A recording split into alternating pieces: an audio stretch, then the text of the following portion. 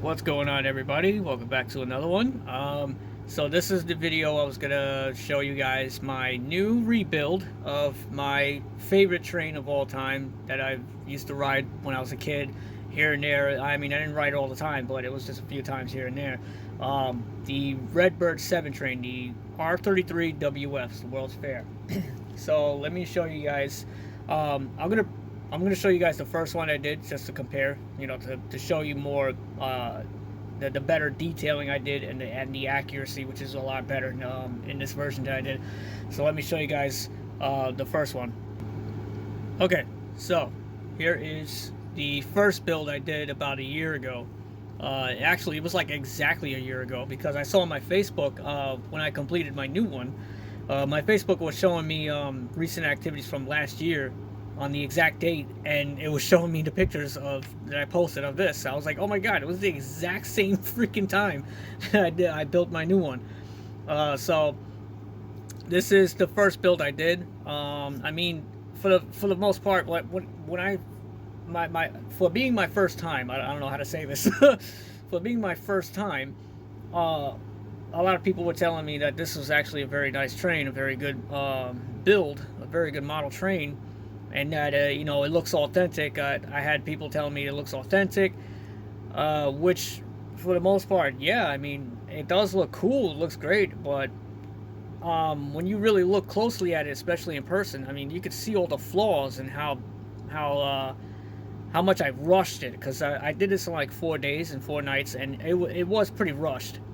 Because I was very impatient and I wanted to see what it was going to look like when it was done, so I couldn't help myself. I was like rushing it, cutting everything so fast, trying to rush the windows. Like, that's why everything came out so uneven. Like, you could see the doors are uneven, very, like, some of them are higher than others, like the windows. These windows, I mean, because I didn't have anything to use as glass behind the windows to like put, to actually like glue stuff on the frame here, which looks a little ridiculous because I had to glue, pieces. I had to cut little pieces and to make the frame and everything like that, to detail the frame. The roofing, I mean, I used like metallic silver, and then I painted this on to detail it. But other than that, I mean, it looks cool for the most part, like for something, for a first time. The wheels are working wheels, but it's not really very, very loose. They're very stiff, and you could hear that. It's very loud because it's rubbing against more cardboard. And the wheels are uneven because I use scissors to cut circles, and so I got a circle cutter, and I'm about to show you guys the new one right now. Watch. So look at the windows here. These are way too big, and these are like a little big, smaller, and then these are smaller. Like, you see, everything was uneven on this, so I rushed it. And the paint scheme, it was driving me nuts though. That's why I had to rebuild it, because I was like, this paint scheme is just not accurate. It's too dull, very dark, and it's too matte. It's just not the way I like it at all. The real trains actually did have a gloss on them, and like a lot of people don't realize that it did have a gloss. So yeah, I mean, that's pretty much it. And the interior is a little inaccurate too, the coloring and stuff like that. So I fixed everything. So yeah, this is the old build. So this was a year ago. Now let me show you guys the new build. Okay, so I don't know if you guys are ready for this, but check it out. And this is all cardboard, by the way, mind you. Here she is now. Here's my new build.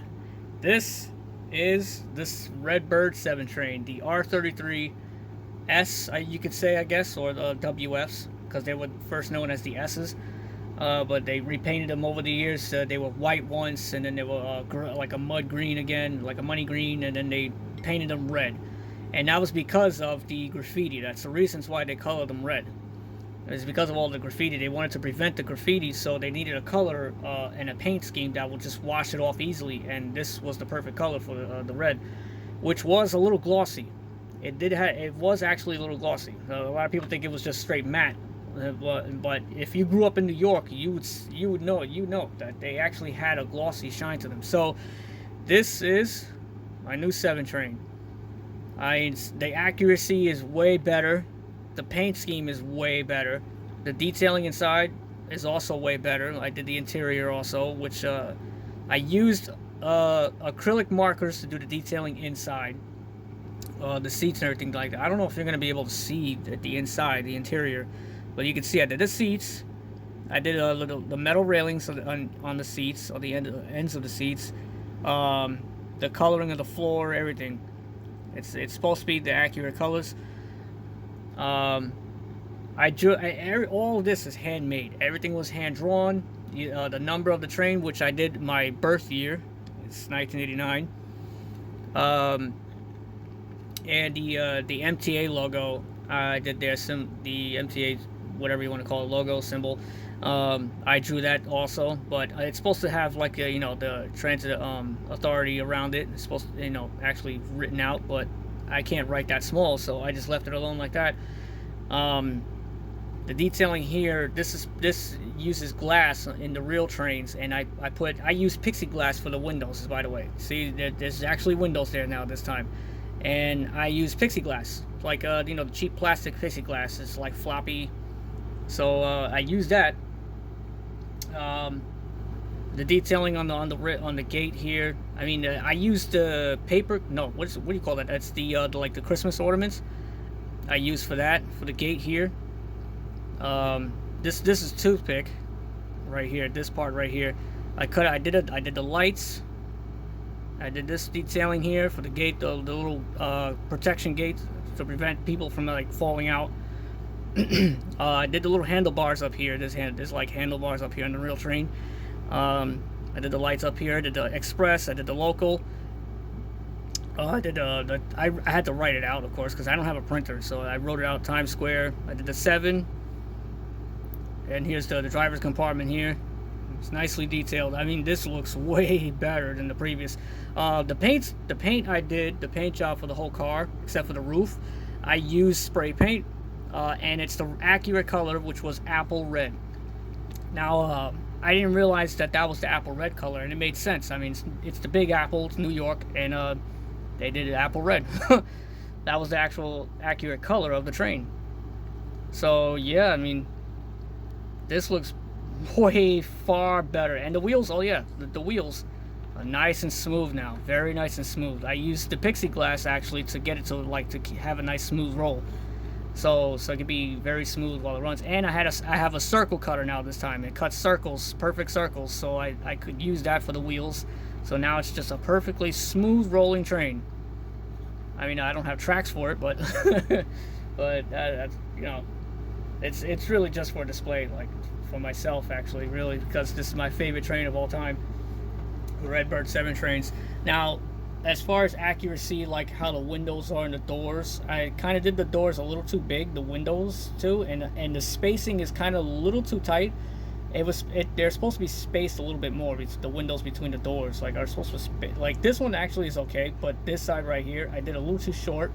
So the train is actually not the accurate size to scale. It should be a little longer, like right up to here at least. Like, let me show you, like from this angle. It should be a little longer, like right here, like where this is at.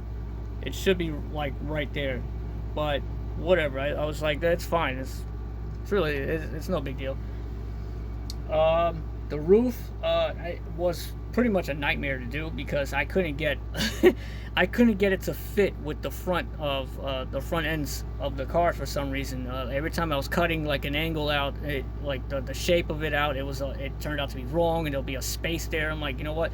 I'm just gonna do the whole roof, all right, and then just cover this part up and like with some paper and some tape. And I did it like that. So I mean, you won't really notice that, but that's what I did there.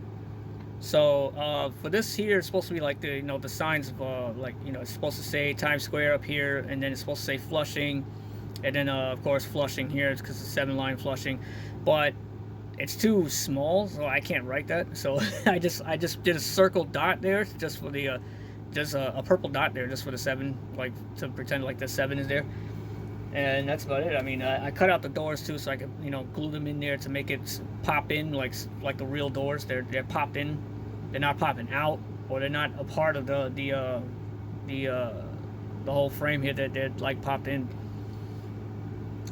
So it's the fuse boxes down here and stuff like that. It's minor detailing. The wheels, I'm not really the accurate wheels, you know, the design or anything like that. I just drew out the design of like what the wheels look like, and just flopped and just smacked it on there. I didn't care really too much to do the wheels in the accurate design. All that matters is that it has wheels and it looks like train wheels and it rolls, and that's fine with me. As long as the car is more accurate and looks like the actual train, I'm okay. And I mean, this bright light is making the red look too much, like like way too bright. But it's gorgeous now. Like, I am so happy with this build. I'm like really excited that I did this build. It took me about 5 days and 5 nights in total, nearly 6 days, because like barely sleeping too. And so that's why like I slept almost 2 days straight after I was finished. Like I just kept knocking out and knocking out. This thing was brutal to make too. Like, wow, because I also had to take my time to build everything from scratch. Like nothing here, nothing on this train was factory made or anything like that. You know, store bought, so I could just glue it on there. I handmade everything on this car, like everything. This is I did a little detailing on the roof there. I cut that out and like glued it on there to make it a little more accuracy, I guess, because it's supposed to be popped out in the real one. But yeah, I mean, the windows look way better than the previous one. So let's compare. Yeah, let's do a comparison. Okay, so you see this one, how gorgeous it looks. It looks very accurate to detail. And now here it is, the older one. Here's the one I did a year ago. Look at the size difference too. You can see it's the new one I did is much bigger. But look at how the detailing is just, the paint scheme especially is just far off. Like I hate this paint scheme that I did here on this old one. I really hate it because I used marker on this one. I didn't have any spray paint or anything like that. So I used spray paint on the new one and it came out perfect. It came out perfect. The red is just perfect, like the real one. So yeah, I mean, look at that. Look at the difference, and the difference between the rolling, like how it can barely roll. This one's stiff, like it's sticky because it's all cardboard. Everything is cardboard. I use plexiglass for the wheels to roll in this one, so it's much smoother. Like you don't even hear that. You barely hear that, and it's nice and smooth.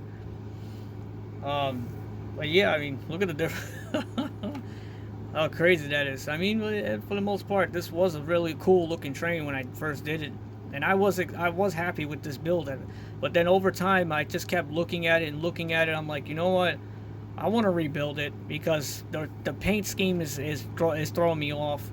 The detailing is there, but it's just all uneven and like it's driving me crazy. So I was like, I need to rebuild this train. So I did that. I ordered spray paint. I ordered like Christmas ornament hooks so I could do the you know, all the detailing on the gates here in the front, little gate that prevents you from falling out over here too. That's a part of the Christmas ornaments. Up here too with the handles. So I mean, yeah. And also this is chipboard. It's very thin chipboard. It's cardboard, but it's very thin chipboard. That's what I used to do this train. It's a lot thinner than this train actually, because this train was Amazon boxes that I used. Very thick. So that's why you can see the thickness. It's much different. It's very thick. This one was very thin. It's very, very thin. So in order for it to be a little like firm, I had to put some plexiglass inside of it to you know, and from side to side, so that way it could stay a little firm. So I got some sturdiness and stuff like that, so you could actually pick it up and it doesn't squeeze or anything like that, because it's very thin. But because of that too, because it's very thin, it's way more accurate looking, because look at the way that the spacing between the doors and the actual frame, it's actually accurate, because that's how it actually looked. This one, it's very deep in there. I mean, it's not that bad, but this is not very accurate with how deep the doors are. It's supposed to be a little more outward. I mean, but yeah, that's my new build, and this is my old build. So yeah, that's it. I just want to show you guys my new build because I was just so excited how accurate it looks. I had to show everybody.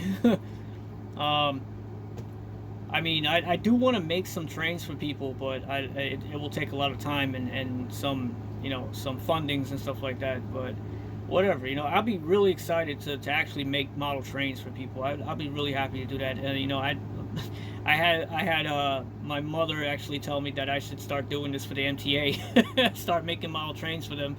And I was like, I don't know. I mean, there's real model trains out there, and they have access to them all the time. So I mean, but who knows? You know, who knows?